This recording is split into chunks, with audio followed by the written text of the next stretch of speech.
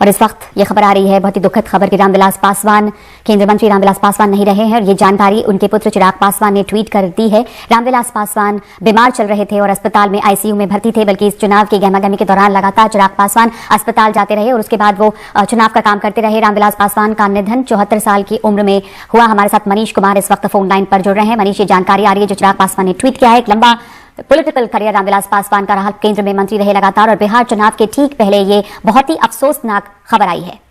निश्चित रूप से शायद इससे दुखद खबर नहीं हो सकती है, क्योंकि रामविलास पासवान जो आज के बिहार के आपको दिग्गज नेता दिख रहे हैं, लालू यादव हो, नीतीश कुमार हो या सुशील मोदी हो, उसमें सबसे सीनियर थे। क्योंकि रामविलास पासवान 1969 में सबसे पहली बार विधायक बने थे और उसके बाद 1977 में आज भी बिहार में सबसे ज्यादा वोटों से जीतने का जो रिकॉर्ड है वो रामविलास पासवान के नाम से ही है। 1977 में वो हाजीपुर से सांसद चुने गए थे। इसके अलावा फिर 1989, 91, 96, 98, 99 में वो लोकसभा के लिए चुने गए। 2004 में फिर उन्होंने लालू यादव से गठबंधन बनाया, फिर से वो हाजीपुर से चुने गए। 2009 एकमात्र चुनाव वो 2009 का हारे थे। और मैं आपको बता दूं कि जब गुजरात के दंगे हुए थे नगमा, तो उस जमाने में वो पहले मंत्री थे कैबिनेट से जिन्होंने इस्तीफा दिया था। इसके अलावा भी जो बिहार में लालू राबड़ी का जो 15 साल का राज था, अगर केंद्र में मंत्री रहने के बावजूद यूपीए में दोनों कैबिनेट कलीग थे, लेकिन रामविलास पासवान 2005 के फरवरी में उन्होंने अलग चुनाव लड़ा था और लालू यादव के खिलाफ चुनाव लड़ते हुए 29 सीटों पर विजय पाई थी, जिसके कारण लालू राबड़ी की जो पार्टी थी आरजेडी, उसको बहुमत नहीं मिल पाई। बाद में यहाँ पर राष्ट्रपति शासन लगा। फिर 2005 के नवंबर में वो अलग चुनाव लड़े और नीतीश कुमार की उस समय विजय का सबसे बड़ा कारण लोक जनशक्ति पार्टी का लालू यादव की पार्टी से अलग लड़ना बताया जा रहा है। अगर आपको याद हो, उससे पहले भी 90 के दशक में लालू यादव इनविंसिबल माने जाते थे, लेकिन 1999 के चुनाव में वो और शरद यादव पहली बार एनडीए से जुड़े थे, क्योंकि नीतीश कुमार की समता पार्टी और बीजेपी थी। और उस जमाने में लालू यादव मधेपुरा से भी चुनाव हार गए थे। 7 सीटों पर 54 लोकसभा की सांसद बिहार से चुने जाते थे और आरजेडी पहली बार 7 सीटों पर सिमट कर रह गई थी। इसके अलावा मैं आपको बताऊं कि बिहार में जो दलित राजनीति की जो सबसे बड़े आप कह सकते हैं कि नेता जो है रामविलास पासवान रहे, लेकिन साथ ही साथ उन्होंने किसी भी हर वर्ग के लोगों को अपने से जोड़े रखा।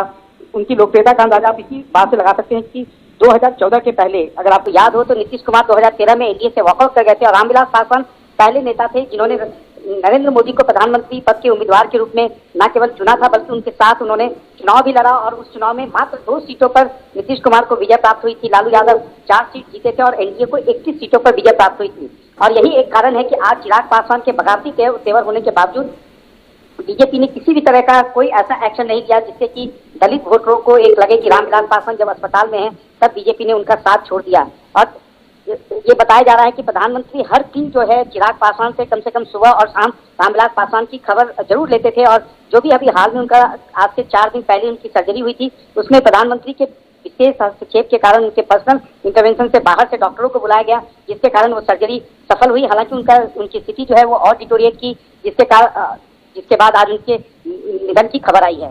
रामविलास पासवान केंद्र सरकार में उपभोक्ता मंत्री थे। लंबे वक्त से उनकी तबीयत खराब चल रही थी और वो दिल्ली के एस्कॉट्स अस्पताल में भर्ती थे। रामविलास पासवान को राजनीति का मौसम विज्ञानी कहा जाता था।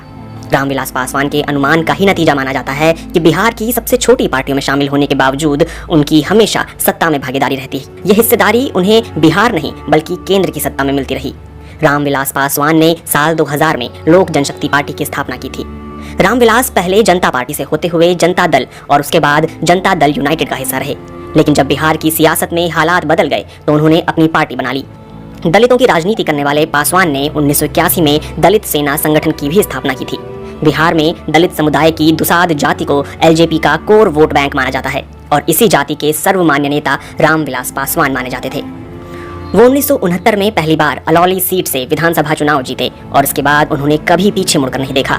साल 1977 में पहली बार लोकसभा चुनाव जीतने वाले पासवान 9 बार लोकसभा सांसद रहे।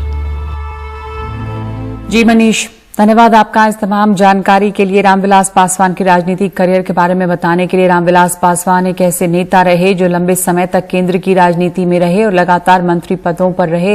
रामविलास पासवान केंद्र मंत्री थे, कई अहम मंत्रालय उन्होंने संभाले और जिस तरह उनका संबंध रहा अलग अलग पार्टियों से, उसकी वजह से अभी जैसा मनीष भी बता रहे थे कि चिराग पासवान के बगावती तेवर के बावजूद बीजेपी ने कोई भी टिप्पणी उन पे नहीं की। वो अस्पताल में थे और बहुत ही गंभीर हालत में आईसीयू में थे। कुछ दिनों पहले, 4 दिन पहले शायद उनका हार्ट का ऑपरेशन हुआ था और आज खबर अभी आई है कि वो गुजर गए हैं। और ये बिहार चुनाव बिल्कुल सर पर है। एक ऐसे वक्त में ये बहुत दुखद खबर है और बड़ा झटका है एलजेपी के लिए।